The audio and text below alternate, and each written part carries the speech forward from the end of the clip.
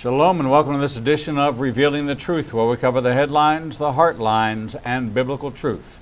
I'm your host, the Reverend Rabbi Eric Walker, and today we're visiting with two spectacular individuals. We're talking with Alena Piits and her mother, Wynter Piits. Both of you, welcome to the program. Thank you. Hi. Hi.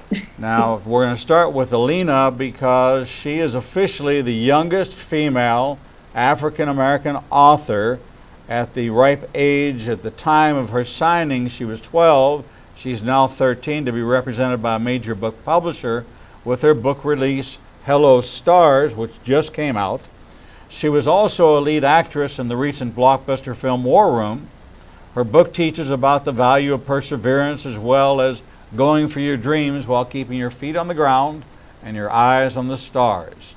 Her mom, Wynter, is the founder of For Girls Like You magazine and the author of For Girls Like You and Your God's Girl devotional for tweens. She's the mother of 4 girls herself.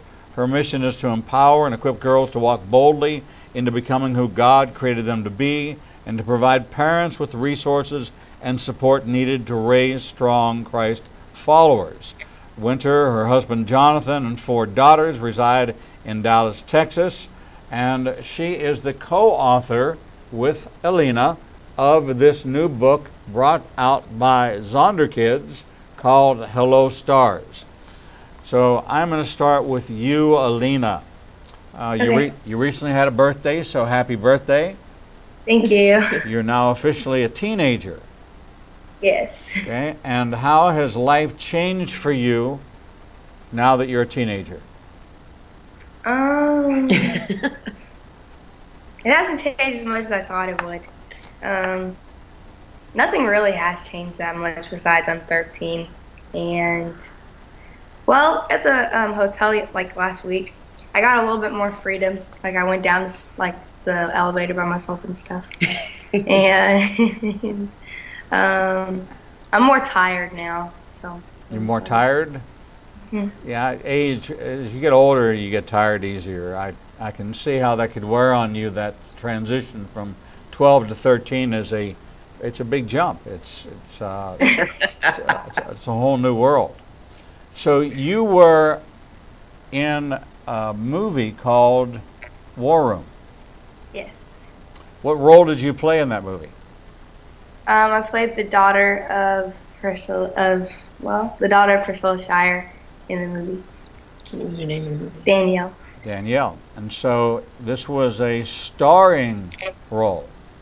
This wasn't just a bit player. You were in a starring role in a movie which was incredibly well received. When you got the part for the movie, obviously you've seen other movies, right? Yes. So before War Room, what was your favorite movie? It was Jurassic World. Now it's All right, let's take Jurassic World. So Yeah. here you are, you're looking at a movie screen, and here's Jurassic World, all laid out with people having their lines, and everything is just smooth, flawless, perfect. It's absolute perfection, right? You're just amazed, you're mesmerized, you're captivated by the whole thing. yes. And you go on to a movie set, and is a movie set anything like the movies? No. Is No, not at is a movie script anything like what you thought it would be? no. So was this something you had like an expectation? You thought it was going to be one way, and then when it kind of started to happen, you realized you didn't know anything about how movies were made. You just liked them and enjoyed them, but all of a sudden you were exposed to the other side of all this. That must have been Yes. very eye-opening for you. Yes. What was the most shocking thing to you about it? There were a lot of shocking things, but Probably the first one is you only shoot like for 7 hours. You only shoot like one or two scenes that are only like 2 minutes. So you just shoot the same scene over and over. And I kind of thought like a movie takes like a week to make, and then the rest of it is just like trying to like get rights and stuff for it. But no, like for 7 hours, we literally would do like the same scene over and over and over. So yeah. It's work, isn't it? Yes. It's hard work. Yes, but it's a lot of fun. It is a lot of fun. Yes. You're exactly right. Most people don't realize that a screenplay versus a book, a screenplay is 1 page equals 1 minute. So 1 page of a screenplay is 1 minute. So if you have a 2-hour movie, the screenplay is 120 pages long. All the other stuff that goes with it, all the cues, those are in the margins, but the actual screenplay script is just that long. And so when you watch all the piece parts, so when you shoot a movie, you didn't shoot all your scenes consecutively, did you? No. They were all mixed up. all mixed up. Did you know the whole story up front? No. I didn't know the whole story until we finished the whole movie. Or until like I watched the whole thing. So And then were you surprised? I wasn't well, I kind of just laughed because like behind the scenes like there was a whole bunch of chaos and stuff, and nobody would have really guessed that. So Everything looks like it did Jurassic World. Everything's picture perfect. But you know behind the scenes, people were bumping into each other. Somebody dropped something. Yeah. Somebody spilled something. Somebody tripped over a wire. Somebody said the wrong thing and 20 people laughed. None of that ever makes it, right? yes. And it's interesting because the way movies are made is they shoot a lot of factors involved in why they shoot when they shoot. Some of it has to do with the availability of the actors, right? Yes. Now, did you have to go to school while you were on set? It was over the summer, so I didn't have any school. And was that the best summer vacation you ever had? Probably. Most memorable? Yes. When you first met your character, what did you have to do to become her? I had to like put myself in her place and just think like this is real life sort of, because if you go into it thinking like you're gonna act, then you're gonna totally mess up. So it's kind of like you have to do it naturally. Like our acting coach would be like, just be natural, like don't act. There's like don't act at all.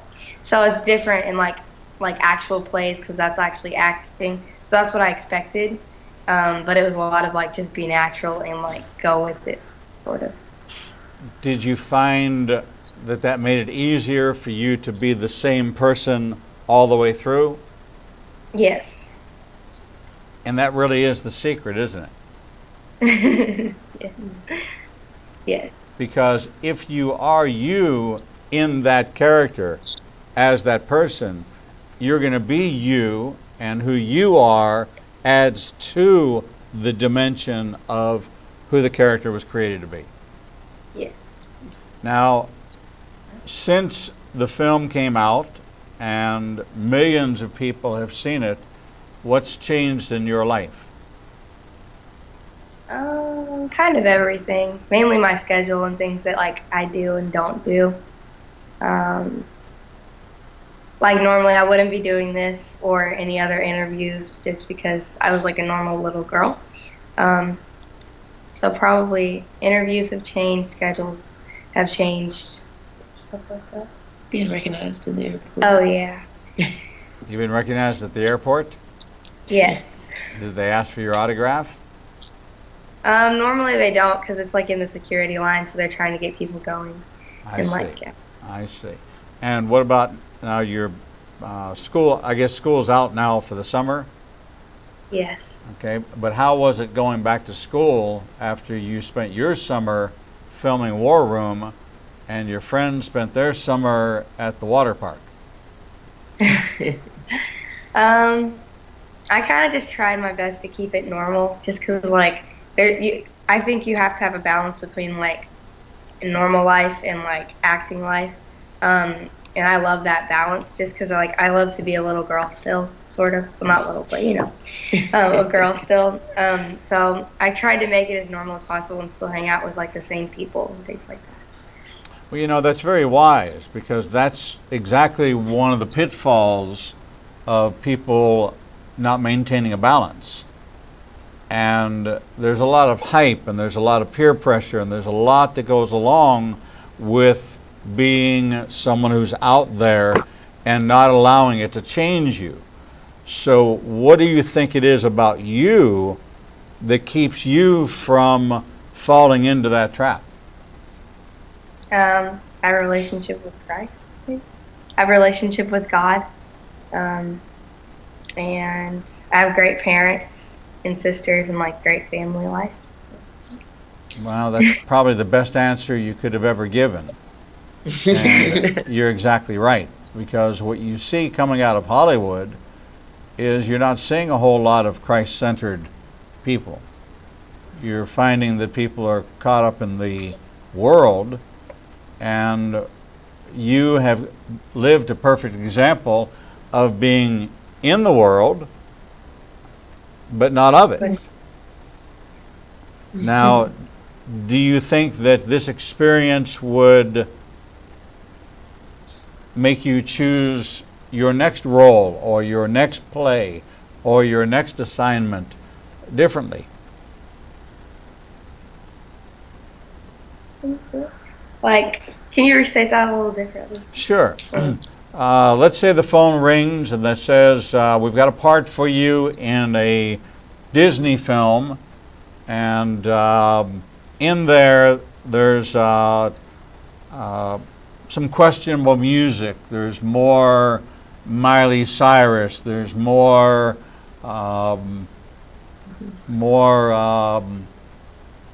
worldly things than there are godly things. Would that influence your decision to take that part? Yes. It would. It would. That's good. That's good. How have your relationship with your siblings changed? A lot of people would think we've become more distant since we're not always together, but we've definitely become like closer through all of it. Just because like when I do spend time with them, it's like intentional, and like I'm like talking to them about like what they've done while I was gone, or what they did or what I did while they were gone. So we've become closer. Well, that's wonderful to hear. Now, what was it like on the set? Was your mom and dad there? Just your mom? Who all was there with you? It was mainly just my mom. My dad and my sisters were like kind of all over the place, like still enjoying the summer, sort of. Like they went to go see our family, and then they would come and visit us. They came and visited us for like 3 weeks, for 3 weeks, and then they went back home. So it was a pretty distant summer with them, but I got to FaceTime and call them and things like that. So it went by pretty fast. Were they pretty surprised at what it was like on the set? I never really asked them that. I don't think they really had an expectation for it. So I don't think they were like surprised, but I think they were like in awe because they never like really. Well, I think it wasn't as fun as they thought it would be. Yeah. So even a couple of scenes that they could stick around and be extras, they were like, no, we want to go. Like they didn't want to do it. It wasn't as glamorous as they thought. Not as glamorous. It's really an understatement. Because if you've ever been, and you of course have been, but to our audience, if you've ever been on the set of a movie production, there is so much repetition. Even when you think you've got it, your part absolutely nailed, there's always something that the director sees, somebody sees. There's a crooked collar, there's a hair out of place, there's something. And how many times did you have to do the same lines over and over and over? At least 15 times. There was one that was super, super simple, but it was like 4 in the morning. I was just opening up my Bible, and they didn't even use it. But it was 4 in the morning, and I had to like open up my Bible and read it. But I couldn't stop laughing because why couldn't I though? Something happened, or like somebody was like flustered, and it was hilarious. And so I couldn't stop laughing, and we took it like 15 times until I finally got it. And that's real. It happens on every set. How do you think you're going to look 10 years from now and look back at this experience? First of all, appearing in the movie, but second of all, embarking on a career, because you are going to make this into a series, is what I understand. That this is going to be the first book in a series, which means you're saying, I'm going to continue to write. Sort of. See, what happened was we have all 3 of the books done, but they have to like go through editing and things like that. So, I mean, hopefully I will continue to write, but as of now, I wouldn't like just like continue writing books and things like that. It's a lot of fun and it's a good experience, but it's not kind of like my passion, I guess. Okay, and have you thought about what your passion is? Many times. And I kind of don't like to stick with one thing because it seems like isolated and like you're kind of just stuck doing one thing, and I think that's really boring. So I want to do like lots of different things, which I've kind of like just kind of come up with, and yeah. So I wouldn't like stick with one thing or just keep one career, I guess. Do you want to stick with acting as part of that? If God allows me to. It's not like I don't really have a burning desire or passion for really anything right now. I just enjoy doing it and kind of just do it. So maybe. So maybe that's exactly how he designed you as a 13-year-old with the attention span of a 13-year-old. Maybe everything's exactly the way it's supposed to be. I have a thought. I think that grown-ups ask kids what they want to be when they grow up because they're looking for ideas for themselves. Is that true? You know, they're always trying to come up with something, say, well, I never thought about that. Maybe I'll look into that. Well, tell me, you and your mom spent a lot of time together. Yes. And you and your mom wrote this new book, Hello Stars. You and your mom wrote this book together. Yes.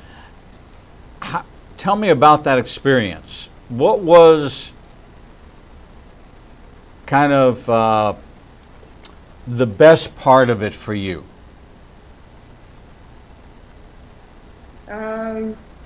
It was more of like a getting closer and like understanding like how she does her job basically. So it wasn't as like it was so much fun getting to like write a million words with you. Yeah, super fun. It was more like I really enjoyed getting like to be closer with you and learning like more about you and kind of just like what you do for a living. And yeah. So you learned more about her ministry, her magazine, the devotionals that she writes. What else did you learn?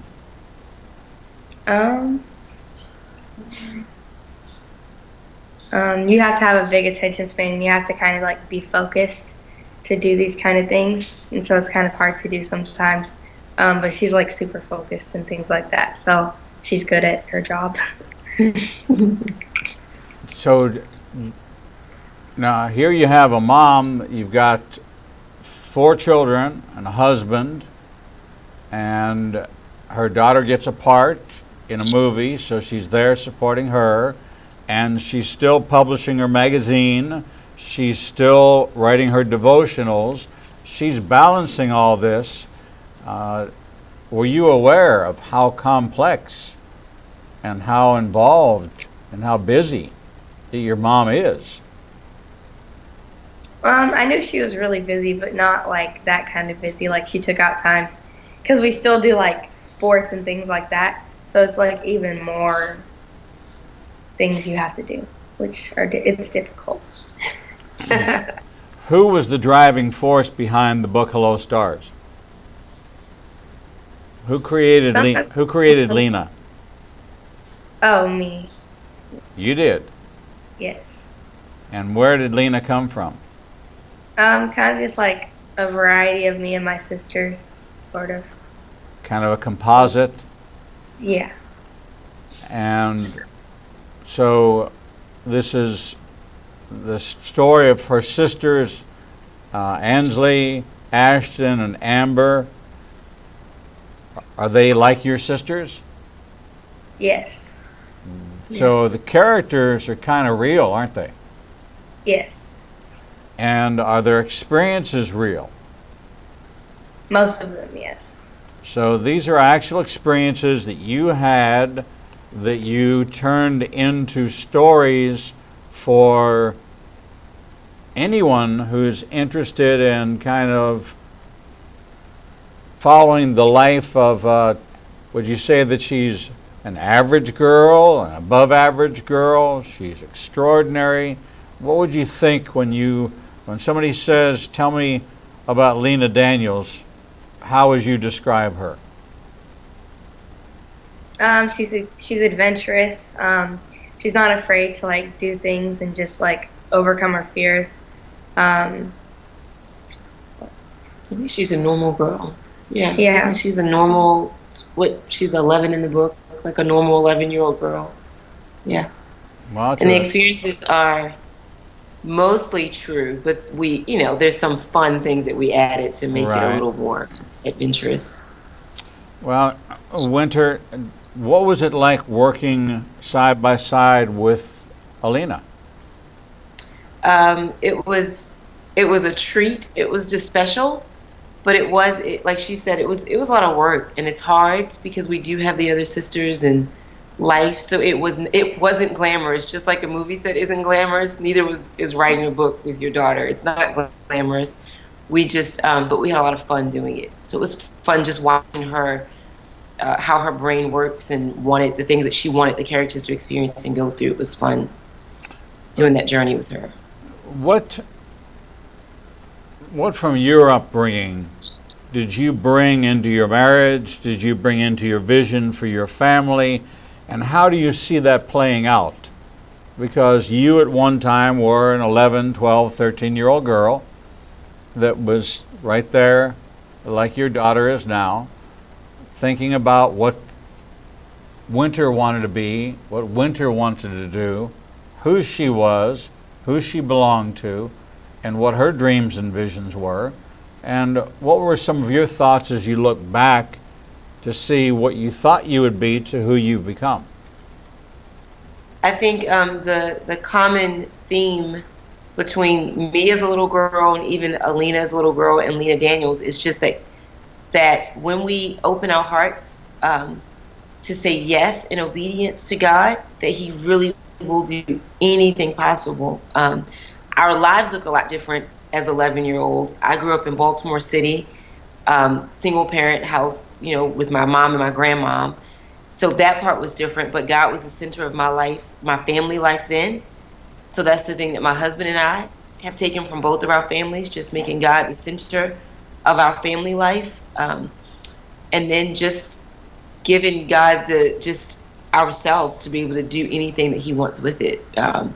The possibilities really are limitless. The fact that I am now, an author and have a daughter that's an author is the same. It's a different details, but the same version of that just God can take any experience or any opportunity and do something beyond what we could have ever asked for.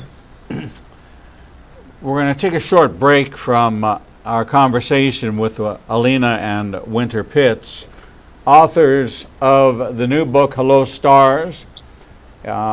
Priscilla Shire says, a bold and colorful story that will engage and inspire young readers.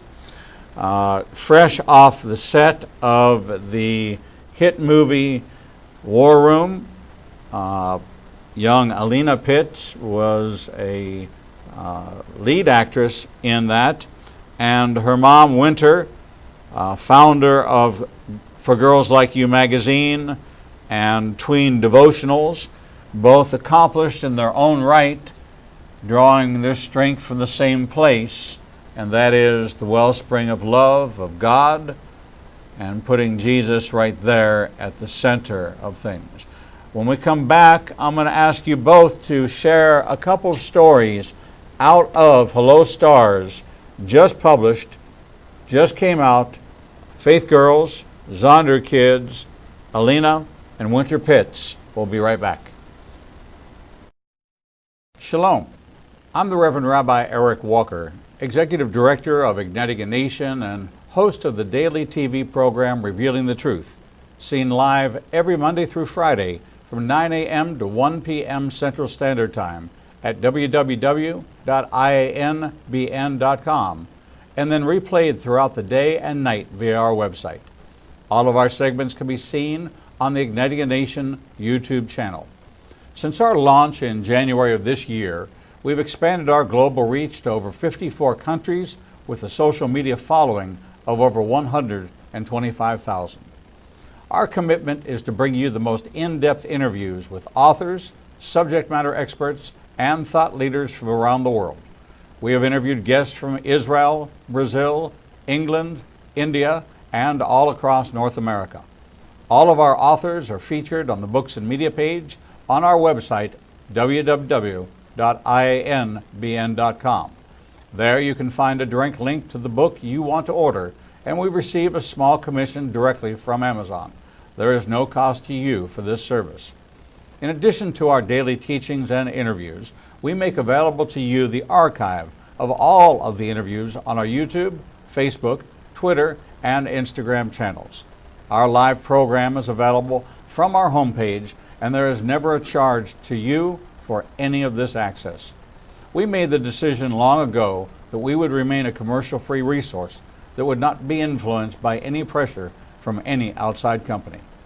There are only two ways that we are able to continue to operate this ministry and provide you with the only live 4-hour daily Christian television talk show program.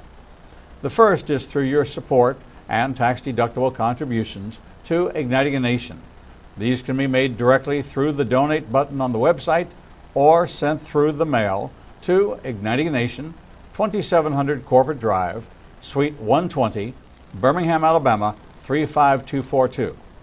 The other way we support the program is by offering you a unique opportunity to have access to over 10 years worth of teachings on a subscription basis.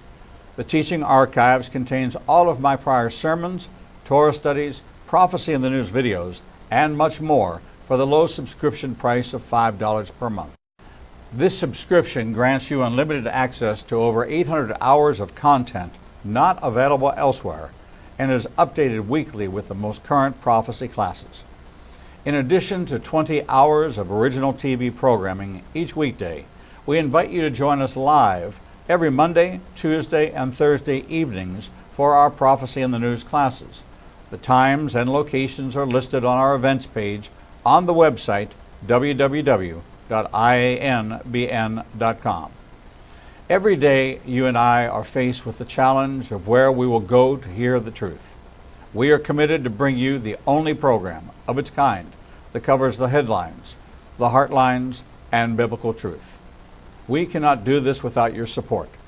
Since we launched on January 5th, 2017, we have aired over 300 individual teachings, interviews, and commentaries not available anywhere else. We are now working side by side with almost every major Christian publishing house to bring you the most in-depth feature interviews possible. Our 1-hour features address every subject that affects the believer's life. We are hearing of salvations from the Middle East, Africa, and all across the United States. Lives are being changed every day, and we have only just begun. Our mission is to become your trusted resource and grant you access to the people, tools, and information you need to grow in your relationship with the Lord. You can help us by liking us on social media and through your financial support. We know you have many choices in who you support, but we are prayerfully asking you to consider helping us keep revealing the truth, true to our calling, to cover the headlines, the heartlines, and biblical truth like no other program available. Donate today and help us bring the message to the four corners of the earth. Visit www.ianbn.com and donate, buy a book, or subscribe to our teaching archives. Without you, we do not exist. Shalom and welcome back to this edition of Revealing the Truth, where we cover the headlines, the heartlines, and biblical truth. I'm your host, the Reverend Rabbi Eric Walker, and we're visiting with Alena Piits and her mother, Wynter Piits, co-authors of the new book, Hello Stars, which is part of a 3-book series that is being released by the youngest African-American woman to sign a contract with a major publisher, and that is Alena Piits. At ripe old age of 13 years old, has been a lead actress in the movie War Room, and has also co-authored this book series with her mom, Wynter. Welcome back to the program. Hi. So, Hello Stars is kind of your journey into getting this role in a movie, isn't it? Yes. And it describes you as the young Lena Daniels as kind of headstrong and determined. Yes. Is that how they would describe you? Probably. Is that how your sisters would describe you? Yes. Okay, that once you set your mind to something, you're going to accomplish it? Yes. And just watch out? Yeah. Is it kind of lead, follow, or just get out of the way? Yes. I understand. It's quite interesting how well the two of you have bonded and come together for this project. While Mom was there watching this story unfold, how did the idea of coming up with a kind of a chronicle, a memoir, if you will, of this experience, how did that come about? Okay. So one day my mom was like, it would be super fun if we wrote a book together. And I kind of just agreed, because if you don't agree with Mom, then you're in trouble. So I was like, sure, that'd be fun. And I mean, I thought it would be fun, but it wasn't like something that I like aspired to or thought we were going to do. And she was like, let's just pray about it. So I was like, okay. So I guess she was kind of the person that kind of came up with the idea. And then 2 weeks later, they asked us if we wanted, Zondervan asked us if we wanted to write a book with them. And I was like, well, sure. And Mom was like, oh my goodness. Yeah, it wasn't, I said it randomly one day, literally just a random thought. And then it was probably more like a month later that we got an email from somebody that I worked with at Zondervan before, just doing some promotional type things. They just emailed and asked if we would be interested in having the conversations. And to me, that was like, okay, God, like what I thought was a random thought was actually something that he was planting and wanting to do. So, and then we immediately knew that what the story would be about because of her experience and just with the movie War Room. So we immediately agreed that like that would be the plot, the driving plot of the book. So you kind of chronicle the experience, but there's some real deep life lessons and some messages that you want to make sure get conveyed through getting to know who Lena is, getting to know about this experience, striking that balance that we opened the program talking about, humility. There's some other very important core messages. What are some of those messages that you're trying to present? Follow your dreams. Nothing's impossible with God. I guess through it all, keeping a balance. Stepping up, being willing to step outside of comfort zones. Yeah, overcoming your fears. Yeah. What kind of being a leader. Yeah. Now, you talk about fears. Were there things that were, and we're not talking about the kind of fear, afraid of the dark kind of fear. We're talking about fear of limitations or our capabilities. Were there things that you questioned during this process of the movie? Things you questioned about yourself? Are you capable or strong enough or able to memorize? Or what part of that would you have struggled with during the process? My biggest one would probably be like stepping out of my comfort zone and talking and like kind of just speaking. Not speaking because I talk all the time, but like kind of just like, how do you like Yeah. kind of just like I was a quiet person, I still am, but this has definitely opened up my like extrovert side. So kind of like not being an introvert, because when you have to like talk in front of people and introduce yourself to directors and stuff, that wasn't my favorite thing to do. So probably just being able to do that and just step out of my comfort zone was probably one of my biggest fears. Do you find that it's changed you and you're more comfortable now in that role? Yes, definitely way more comfortable. I've kind of figured out that I'm an introvert where like after I hang out with people, I load up by spending time alone. But I also like really love being with people. And that's kind of my extrovert side, just talking and things like that. That I probably would have never figured out if I didn't have a chance or I wasn't like forced to like talk to people. For Wynter, watching changes take place in your daughter, seeing her starting to bear fruit that you saw in her when she was a baby, things you saw in her as she was a toddler, things that now were taking shape that you knew as a mom about your child. What was it that was so revelatory to you as you were observing her? What were you thinking at the time? Well, it's funny because Alena was a very difficult baby and child. So she was that same headstrong determination. Those things when she was a baby were very hard for us to manage and figure out. And so oftentimes, just honestly, we just pray that God would change her and make her more obedient, or make her these things that we thought would make it easier for her. So it was actually the process of watching her in the movie really just showed us that, like, no, God actually created her that way on purpose. And yes, like as her parents, my husband and I, our job is to make sure that we are pointing her back to Christ. But it was that strength and that strong will and that determination that actually made her perfect for what he created her to do in this role and in that play that part in that movie. So it was it was an eye opener for us, and then just also kind of just reassuring, just knowing like, okay, God has it. Like God did this on purpose. Her, things that we thought were flaws or things that we needed to fix, we didn't need to fix. We just need to continue to mold.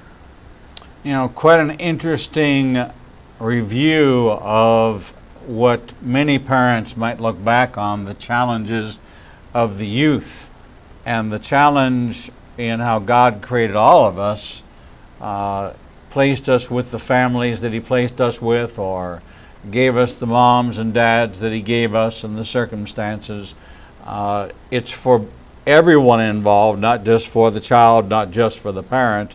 But now that you see that, has it given you the ability to harness it some and channel it and help direct it and help guide her to apply it in things like this book project? Yes, just continually, because she's 13 now. When she got the part in the movie, she was 10. When it released, she was 11, almost 12. And so just that's a lot of responsibility and a lot of weight on at a very young age. And so we constantly just remind her that those are gifts that God has given her. And so a part of that channeling her strengths is encouraging her to continue to view every opportunity as a gift, and just being able to, just push her through, because we're like, it's summer. Who wants to write a book right now? Who wants to sit and do an interview? Who wants to sit on a movie set? But really just reminding her that God did this and it's a gift. And even though it may be hard or uncomfortable at times, it still is for a bigger purpose, and helping her to be able to see and enjoy the moments of it, and to continue to live out what God has been doing in her life. Alena, when you hear your mom say that, does that resonate with you? Does that kind of the way she's helped you to look at these opportunities, and you find yourself now looking at things with a kind of an attitude of gratitude as opposed to it's laborious or it's hard work? Yes. She's kind of just shown me, like, not everybody gets this kind of opportunity, so use what you have, and kind of just, like, always be grateful that God gave you the opportunity to do it, because he wants to use it for his glory. Sort of. Now, do your sisters have talents of their own? Are they have yours is for acting and modeling? What are they involved in? They're also involved in modeling. They also love sports. So we kind of are all kind of involved in the same things. Dance. Yeah, dance. One of my sisters loves hip hop. One of my sisters just loves all things girly and, happy and daydreamy. And then one of them is like always hurt because she was doing something adventurous. Yeah, she was like jumping or trying to do a flip. She bumped into a soccer ball, something crazy. She's always hurt. So yeah. So we're all kind of just different and diverse, but we all kind of like enjoy doing the same things. And then there's Dad, Jonathan. And here's Jonathan surrounded by 5 women. He has a male puppy. He has a male puppy? He has a male puppy. That's, yes. How kind of you. Now, he's also involved in ministry. Yes. So the home has really been built around the Lord. Yes. Do you think that has made you able to embrace more than the average family might embrace? I mean, here your husband's involved in a very large ministry. You have your magazine, you have your devotional, you've written these 3 books with your daughter, and you have plans to, as they get older, to go to college and build their lives. You stay fairly busy. Yes. It's funny because we do stay fairly busy, but for us, we didn't start off trying to build a ministry or be a part of a ministry. It's specifically for girls like you was built just from me raising my girls. Like, it's just where I was talking to them about God and teaching them and doing things for them. And as I saw that there were needs in our own home, it's kind of where what birthed the resources that we now publish. And so I don't know what's going to happen as they continue to get older and go off to college, and how God is going to continue to use that. But for now, he's given us these 4 girls, and that just has been our priority in our ministry right in our own house. And it's just been a blessing that it's turned into something that can benefit others for him, but was never the goal or the purpose. So you've been a family that has kind of submitted and surrendered to the will of God and allowed him to lead you and guide you and direct you in how you should go. Not that we do it perfectly, but that is our heart and what we're striving to do, what we're striving to teach the girls. So the messaging of Lena in the Spotlight, the books that you're releasing, you're continuing with the same kind of messaging as you are in For Girls Like You magazine. Yes. We were very intentional about not just making it a story of just the lights, camera, action, glamour, the fun things, because that is what little girls enjoy, and they want to read that and see the journey. But we were intentional of just making sure that it was some learning in there and some meat on spiritual things and things that really mattered, and the purpose behind the fun lights, camera, action. So right. Alena, if you think back to the book for a minute, you obviously had a lot of say in what stories made it into the book and what stories didn't. In this first one, what's your favorite part of this first Hello Stars? Like what's my favorite scene in it? Theme or chapter or story or? I don't know what chapter it's in, but it's probably the chick scene. It's kind of just about like little chickens that we had at our school, and it's real. It doesn't seem like it would be real, but it was extremely real. So I came home and I was talking about it. My mom was like, "You should put that in the book," and I was like, "Okay, sure." And basically, like we had these little chicks like this small at our school, and we were like raising them, and now they're big and mean. But they used to be sweet and like cute little fluffy yellow things. And so they were like in a really big crate, kind of like the size of, well, you can't see anything, but it was really big. We had like 20. And so they were just in there. And one day I walked into the lab to help my teacher with something, and they were like hopping out. And I was like, what in the world? How are they getting out of it? Because they hadn't gotten out, and there wasn't a top on it.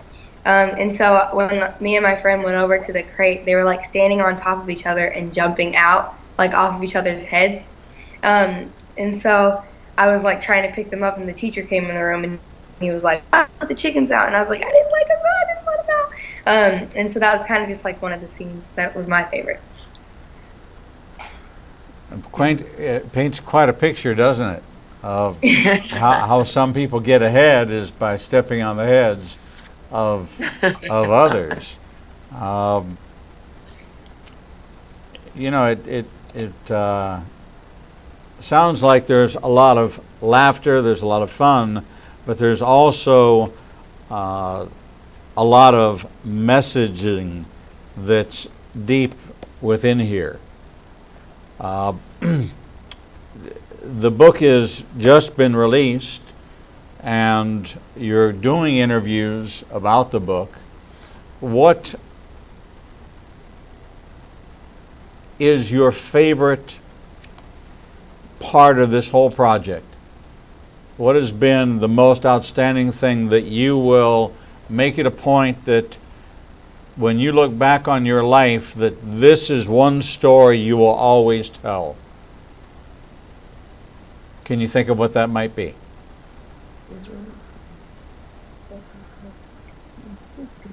I'll let you answer. Well, I guess I will say that, but oh, the reason I got to go to Israel was because the movie and the book have kind of like created connections for me to be able to do things that like I normally wouldn't have experienced that always are like super meaningful. And one of them was getting to go to Israel, which is definitely probably my most favorite. That was my favorite one of all of the stories. And just like it kind of changed my whole mindset on like I guess the world, and just how like God has created all of us and things like that. So that's probably my favorite thing about kind of like this whole experience, like getting to experience like a different country and getting to go to Israel. Well, that of course warms my heart. I'm leaving for Israel Thursday morning, and I go every year and have for many, many years. Your trip to Israel, that is something you will remember all of your life, because you had a personal encounter with the people of the book and the land of the book. And it's something that I hope that as you continue to write, you would encourage many people to walk in the footsteps of Jesus and to see the world that way and see the Bible come to life. Now, the movie was about prayer. The Post-it notes, prayer room, how have you found that to impact your prayer life, or has it impacted it? It's impacted my prayer life greatly. I used to like before the movie, I thought like prayer is only for older people who actually have things to pray about and like things to like ask for help and thank for. And then in the movie, like the one scene where I like posted notes on the wall, that kind of like opened my eyes, and I was like, wait, like God cares about everyone, and He like Doesn't the Bible say his favorite people are kids? I don't know. But he loves kids. And God really, like, he's open and he wants to talk to anyone and everyone. And so I kind of like realized like God can like help my wildest dreams come true. And God has given me so much, like why don't I like talk to him and have a connection with him? So you just don't have to pray about arthritis. Right. Yes. Right, and things like that. What did you make any new friends on the set? People you've kept in touch with? Yes. The Jennifer, my best friend in the movie, is not my best friend in real life. TC, who was my dad in the movie, he scared me at first, but he's really nice. I still keep in touch with him, and my aunt, who's a Priscilla Shire. So, I mean, I see her like most of the time anyways. Right. All the families that we Yeah, and the Kendrick brothers, they have a lot of like families and people that they kind of just like hang out with that I got to experience and hang out with. So definitely like more than like a lot of people that I got to meet. That's wonderful. Wynter, for you, what was the highlight of the experience of either the movie or the book itself? I think it's similar to Alena's, but just the people. It's the people that we've been able to connect with, and not just, it was a family event. It was not just Alena was in a movie, but our entire family was impacted and changed, and the people that we can now call friends that God's brought into our life has been impactful.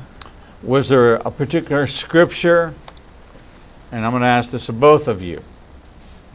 First to Alena, is there a particular scripture that you now kind of considered to be your own that came out of this movie or came out of writing the books? I have a scripture, but it didn't like, it kind of came out of more of like what the movie like gave me, like stepping out of my comfort zone. And it's Psalms 4. And just basically like it just talks about how God hears your prayers and how when you need help he'll answer. And just it kind of like helped me step out of my comfort zone and like face my fears. And that's something you'll have to face all your life as you continue to grow. You know, a rose only becomes a rose when it's too painful to remain a bud. If you knew how much energy was built up inside that rose before it explodes open, you'd be amazed. And so this is the way God works with us, is we change when it becomes too painful to remain the same. He challenges us, not pain in the negative way, but pain meaning remaining the same. And for you, Wynter, what was a key scripture for you that kind of was a guidepost? John 15:16, just that we did not choose, but God chose us, and to produce his fruit that would last. And just that part, just even he chose Alena to be in this movie, but it was not just for our comfort or fun or any of that, but just the fruit that'll last, the lives that have been impacted by that film and impacted for eternity. So just remembering that we've been chosen. We've been talking to Alena Piits and her mother Wynter Piits, who have gone one step beyond the walls and the theater of the set of War Room, and taken the experience that Alena had during the movie and turned it into a series of books that kind of share some of the lessons and the experiences, some of the adventures, and some of the encounters that they had while making this movie. So it's kind of a continuation, a different branch, a different reach, a different piece of fruit off of a tree that the Lord is using to bring much fruit. So we want to share with you Hello Stars by Alena Piits with Wynter Piits. Brand new release. You can follow the rise of Lena Daniels. And this is something that we're very excited about for our young readers, for parents who are looking for godly material to share and share this story and kind of take this journey with Alena as she found out what life was like on a real movie set something that you now see on DVD, on Netflix, on a number of different outlets. I want to thank you both for your time, Alena Piits and Wynter Piits, for sharing Hello Stars with us, sharing your experience. You are a delight, both of you. And Alena, I'm glad that you are getting out of your comfort zone, that you are growing and expanding, and that God has this amazing plan for you and your family. And Wynter, we thank you for what you're doing and investing in our young girls who need role models. Going back to the days of the Baltimore City, where you grew up, looking at the experiences you had of how much you would have valued that mentorship, that counsel that you share through your magazine, through your devotionals. And so continue, please. The world needs both of you, and we thank you so much for being with us here on Revealing the Truth. Thank Thank you. you. Thank you for having us. You're very welcome. Thank you. And that, my friends, brings us to the end of our broadcast day, at least for the live portion. Rebroadcast of the 4 segments of today's program can be watched throughout the day until we rejoin you right back here at 9 o'clock tomorrow morning, Central Standard Time, when we begin our daily live broadcast. We want to encourage you to follow us on YouTube, Twitter, Facebook, Instagram, LinkedIn, and all social media at ignitinganation.com or Igniting a Nation, and continue to follow and subscribe. As I mentioned, we will be in Israel starting on Thursday, and we'll be bringing you just great insights from that trip to the land of Israel. Ourselves, our crew, and 60 of our closest friends will be traveling together. So until we see you right back here tomorrow morning, we bid you shalom.